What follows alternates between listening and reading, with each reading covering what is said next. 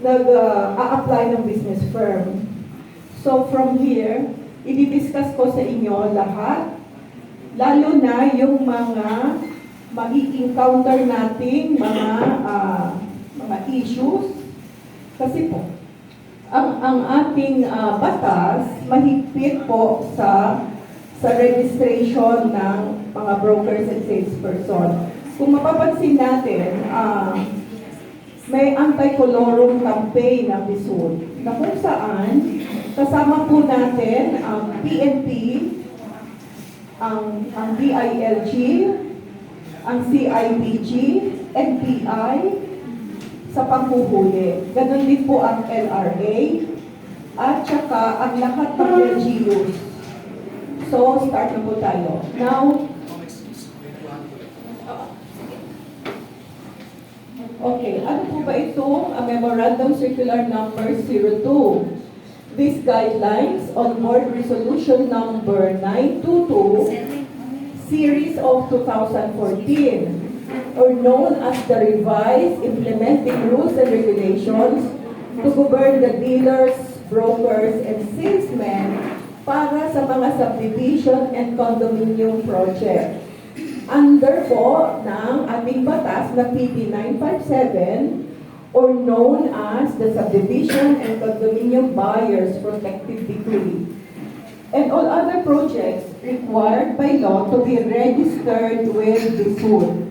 So, ibig kong sabihin, lahat ng projects kailangan license and registered ng dHSud.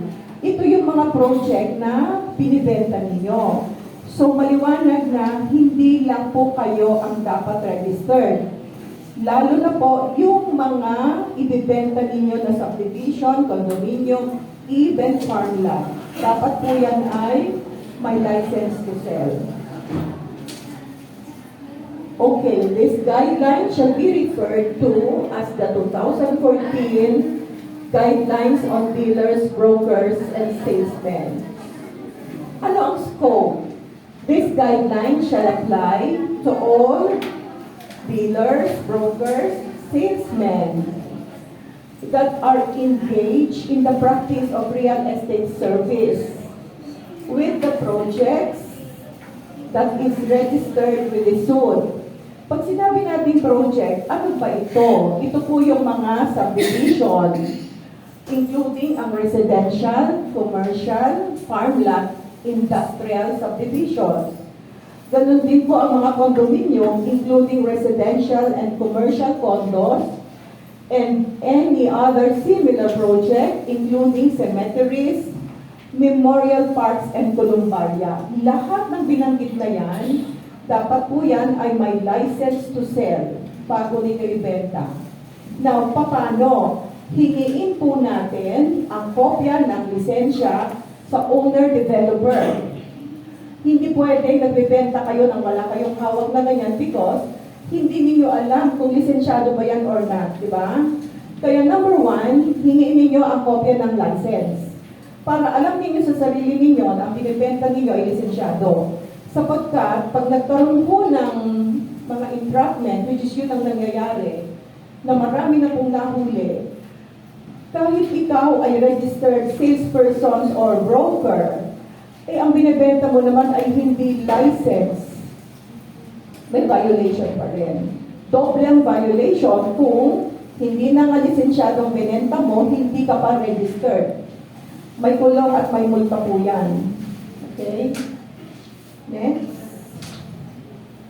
Objective. These guidelines aims to provide a uniform application, interpretation, usage, and implementation of Orders 922 Series of 2013 in order to ensure that through close supervision and regulations ng mga brokers at salesperson who are engaged in the practice of real estate service, the prospective buyer are protected from fraudulent practices and manipulation. So, yan po ang objective. Ano ang definition? So, eto po yun. Dealer. Sino ba si dealer? it's any person directly engaged as principal in the business of buying and selling, whether on a full-time or part-time basis. Whereas broker, any person who, for commission or other compensation, undertakes to sell or negotiate the sale of a real estate belonging to another, and salesman or salesperson, any person engaged or regularly employed by a broker. Meaning, ang salesperson po, siya po ay under the supervision of a broker, and he cannot or she cannot work independently. So again, every time na magre-renew kayo or magre-register kayo with dHSud, importanteng meron kayong letter of engagement coming from your broker. At naka-attach na po doon yung PRC ID ni broker and dHSud ID ni broker, bago po tayo magpa-register sa or magpa-renew sa dHSud. So malaki ang role ng broker sa inyo, sa mga salesperson na nandito. Lagi po natin tatandaan, lagi po kayong under the supervision of a broker. Okay? Now, a practice of real estate service.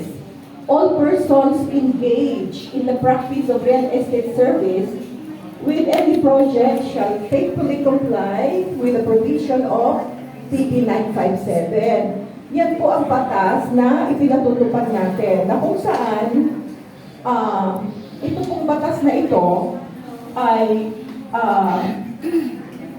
kung magkakaroon tayo ng violation dito sa batas ng PB 957, pwedeng ma-forfeit ang ating cash bond, pwedeng ma-forfeit ang ating registration, and even may penalty pa. Okay? Now, registration and accreditation requirements under RESA law and PB 957. As we notice, meron tayong dalawang batas. Ang RESA law is under PRC or PRB-RES. Ibig sabihin, ang RESA law is a Real Estate Service Act of the Philippines, requires all brokers and salespersons to be respectively licensed and accredited by the Professional Regulatory Board of Real Estate Service or the PRB-RES before they can engage in the practice of real estate service. So, ibig sabihin, dapat po registered kayo with PRC or PRB-RES. But on top of that, kailangan ding registered kayo with dHSud. Kasi yan po ang sinasabi ng ating batas. In addition thereto, as separately required under PD 957, before any dealer or any PRB-RES registered broker or PRB-RES accredited salesperson can engage in the practice of real estate service, specifically with respect to projects required by law to be registered with the dHSud. The licensed broker or the accredited salesperson shall first register with dHSud in accordance with the rules and guidelines. Again, kailangan dalawa ang inyong mga registration. Isa sa PRC at isa sa dHSud. Bakit? Kasi po, nagbibenta kayo ng produkto ng dHSud. Ano ba yun? Subdivision, condominium, etc. etc. So, dapat register din po kayo sa dHSud. Now, ano ang business firm? Ito po yung, let's say, may korporasyon,